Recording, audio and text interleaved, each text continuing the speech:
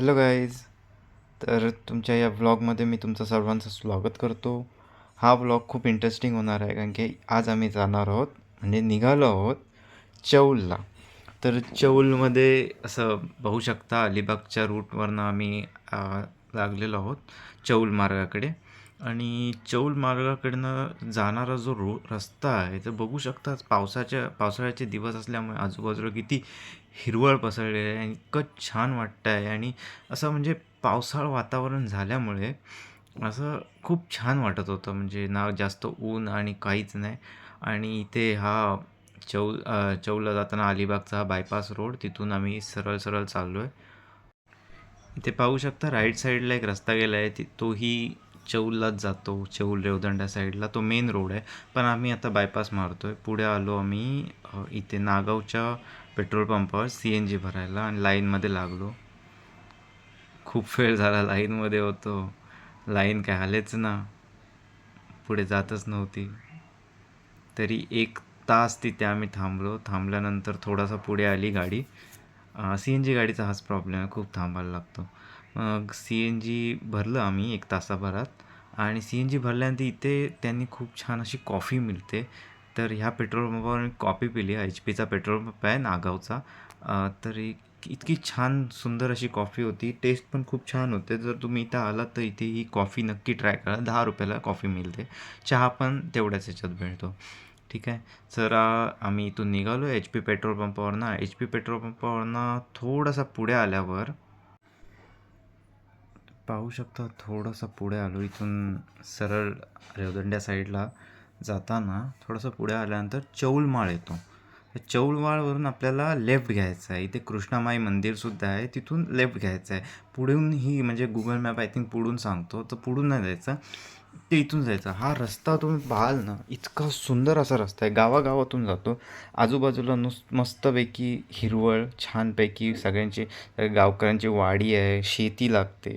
आणि एवढं सुंदर असं नजारे पाहायला मिळतात. पाहू शकता तुम्ही, किती सुंदर असे नजारे आहेत.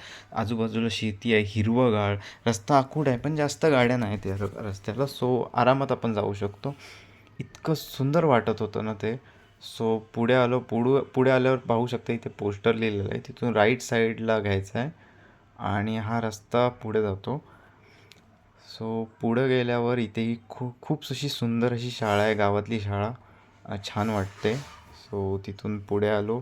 पुढे आल्यावर एक गाव लागते. त्या गावाच्या इथून जो रस्ता जातो, तिथून आपल्याला पुढे तो डोंगर दिसतोय, तोच आहे चौलचा दत्त मंदिर. पुढे ह्या रस्त्यावर असं सरळ सरळ रस्ता आहे, खूप शांत आणि सुंदर असा रस्ता आहे. पाहू शकता तिथे हे दत्त मंदिर आहे. वरती सुंदर असं दत्त मंदिर दिसतं. आय डोंट नो तुम्हाला असं हे स्क्रीनवर किती दिसत असेल, पण असं डोळ्यांनी पाहिल्यावर खूप छान. आणि इथून हा राईट साईडला जो रस्ता गेला छोटासा, इथून चढण लागते. सो हा रस्ता जातो दत्त मंदिराकडे. दत्त मंदिर चौल साईडनं गेलात तर तिथे खूप पायऱ्या चढायला लागतात, पण हा रस्ता असा म्हणजे थोडासा हे आहे, डेंजरस रोड आहे. पाहू शकता किती अशी आखूड अशी वळण आहे, आणि समोरून कुठली गाडी आली तर आपली गाडी थोडंसं म्हणजे प्रॉब्लेम होऊ शकतो. पण आम्हाला जाताना कोणती गाडीच लागली नाही समोरून येताना. सो आरामात चढली गाडी. रस्ता थोडंसं असं तुटलेलं आहे, पण फोर व्हीलर जाण्या एवढा आहे, छान आहे, इतका पण काही वाईट नाही आहे. आणि गाडी डायरेक्ट वरपर्यंत जाते. सो ही एक छान गोष्ट आहे इकडे, कारण की खूप पायऱ्या चढून जायला लागतात. लिटरली 2 तास लागतात चढायला. आणि आपल्यासोबत समजा कोण असं मिडल एज किंवा वृद्ध असेल तर त्यांना घेऊन जाणं म्हणजे खूप मुश्किल आहे. सर गाडी डायरेक्ट वरपर्यंत जाते, पाहू शकता.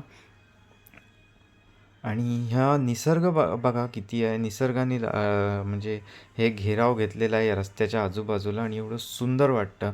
असं आजूबाजूला हिरवळ निसर्ग आणि डोंगर, त्याच्यावर आपली गाडी चढते. खूप खूप सुंदर असं वाटत होतं तिथून जायला. आणि ही गाडी म्हणजे हा जो रोड आहे पूर्ण वरपर्यंत घेऊन जातो. वर गेल्यानंतर हार्डली 15 मिनटाचा चढण असेल, 15-20 मिनटाची चढण असेल नॉर्मल लोकांसाठी, असं बोलतो आहे. जास्त पायऱ्या नाही आहेत. हे बघा वरपर्यंत किती बसेस पण येतात. मिनी बस आहे ती पण येते.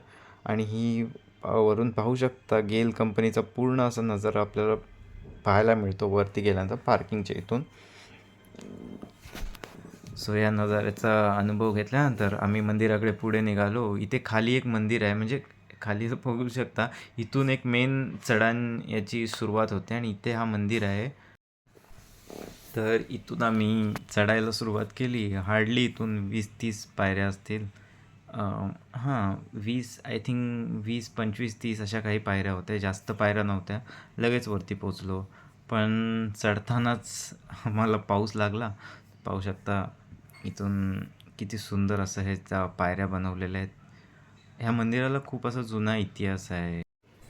तर इतिहास असा आहे की 1810 ह्या टेकडीवरती एका भक्तानी म्हणजे भोळे दत्त महाराज असं या मंदिराचं नाव आहे, भोळे दत्त मंदिर.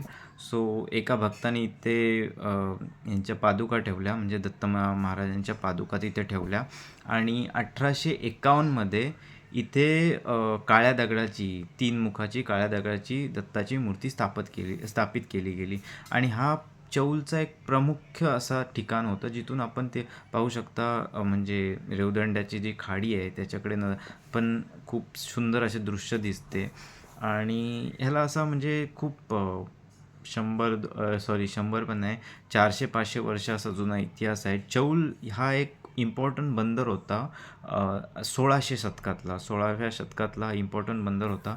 पाहू शकता हे किती सुंदर असं मंदिर आहे. ह्याचा एंट्रन्स कलर मारलेला आहे, खूप छान वाटते आणि आतमध्ये पाहू शकता तुम्ही इतकं सुंदर असं मंदिर बांधलेलं आहे आणि तिथून जे नजारे मिळतात ते म्हणजे दुर्लभच आहेत. खूपच सुंदर असे नजारे मिळतात इथून. तर इथे ॲक्च्युली आतमध्ये फोटोग्राफी मनाई आहे. तिथे पोस्टर लावलेलं तरी आम्ही थोडंसं काढलं.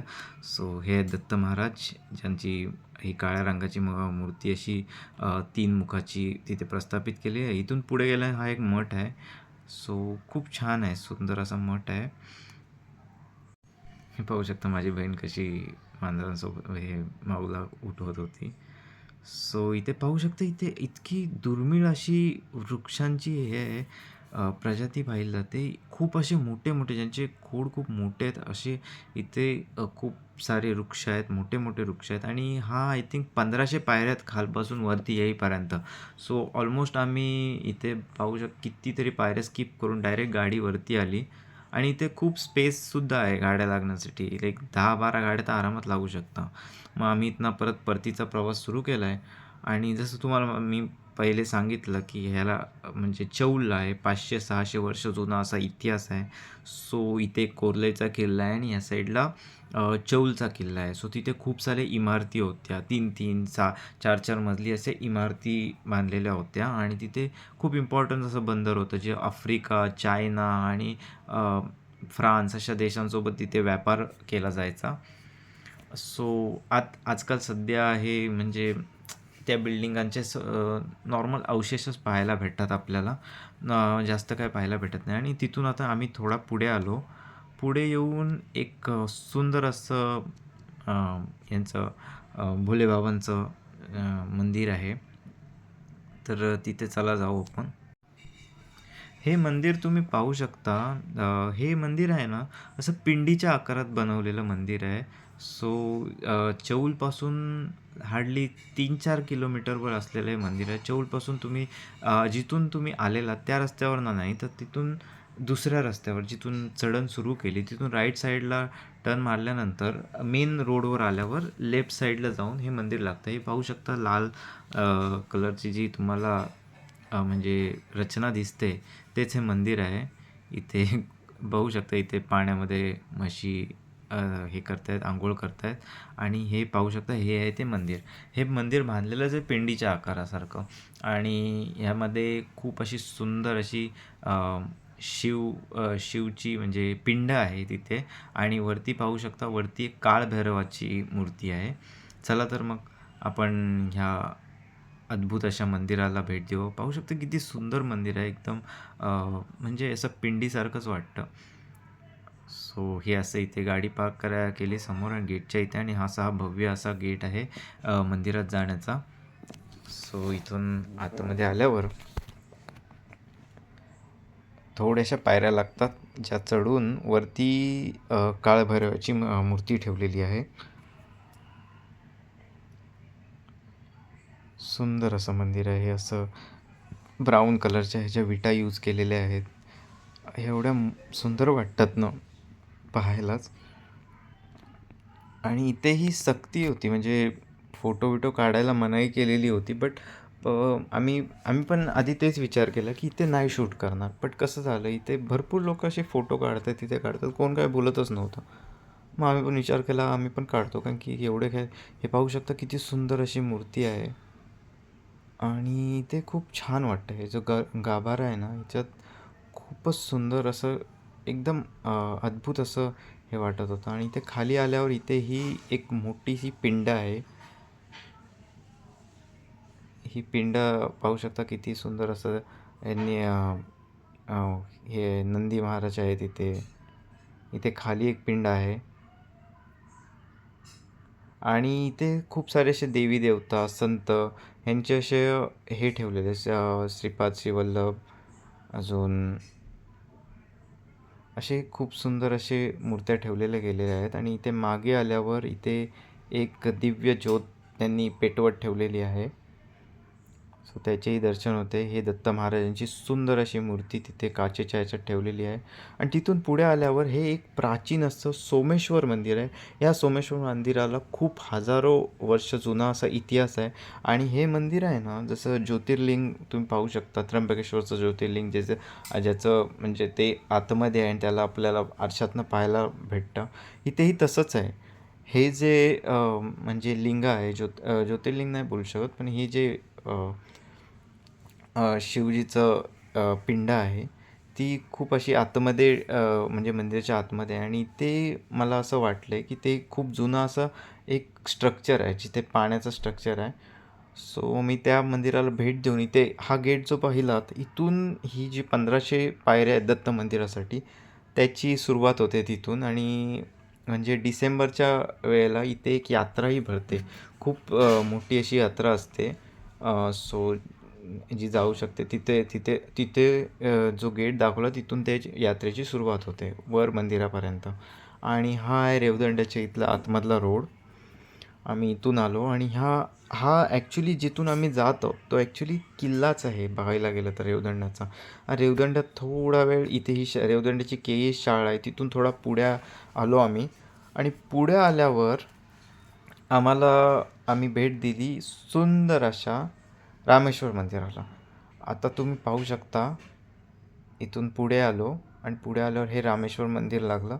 इतकं सुंदर रामेश्वर मंदिर आहे. म्हणजे ॲक्च्युली मी अलिबागचाच आहे, पण मी आजपर्यंत इथे गेलेलो नव्हतो. मी खूप वेळा या रस्त्यावरनं गेलो, पण कधीच या मंदिरात गेलो नव्हतो. पण इथे गेल्यावर एवढं सुंदर वाटलं ना, एवढं छान असं मंदिर आहे हे रामेश्वर मंदिर, की म्हणजे पाहूनच याचं गेटच पहा किती सुंदर आहे. आणि इथे हे तलाव आहे. या तलावामध्ये खूप सुंदर असे मासे होते. सो आम्ही संध्याकाळीच निघालं असल्यामुळे ऑलमोस्ट काळोख होतच होता. आणि आम्ही म्हणजे थोडा उजेड असतानाच आलो. आणि मस्त वाटलं. स्टार्टिंगलाच तुम्ही पाहू शकता इथे दत्त महाराजाचं गणेशाचं मंदिर आहे.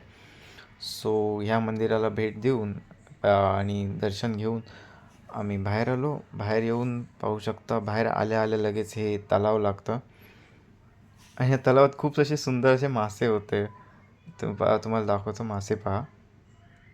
हे बघा किती सुंदर असं हे मंदिर आहे आणि ते तलावाला लागूनच आहे.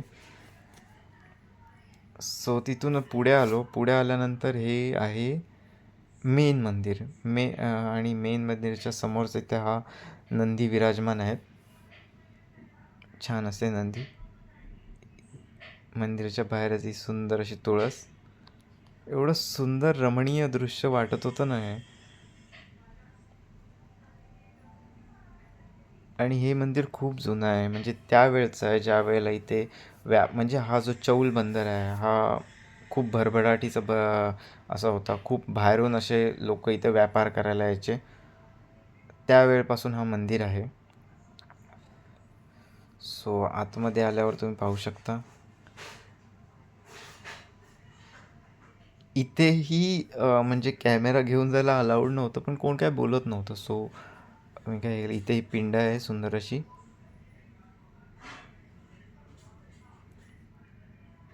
आतमध्ये जायला म्हणजे गेट बंद केलेलं होतं, सो आतमध्ये नाही जाऊ शकलो. आतमध्ये जाऊन दर्शन नाही घेऊ शकलो. आणि इथून बाहेर आलो ना की मंदिराच्या बाहेरच लाईक जी आता पिंड होती त्या मंदिराच्या थोडंच बाहेर इथे ही विठ्ठल रखुमाईची मूर्ती आहे.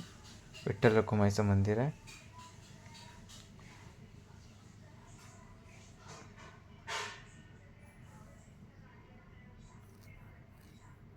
सुंदर विठ्ठल रखुमाईचं मंदिर. डाव्या बाजूला गणपती विराजमान आहेत. उजव्या बाजूलाही गणपती विराजमान आहेत. आणि हे इथे भवानी देवीचं मंदिर आहे. आणि हे मंदिर फिरता फिरताच आम्हाला म्हणजे ऑलमोस्ट रात्रच झाली निघायला. आणि ह्या मंदिराला मस्तपैकी भेट देऊन आम्ही परत घरचा परतीचा प्रवास सुरू केला. Thanks for watching.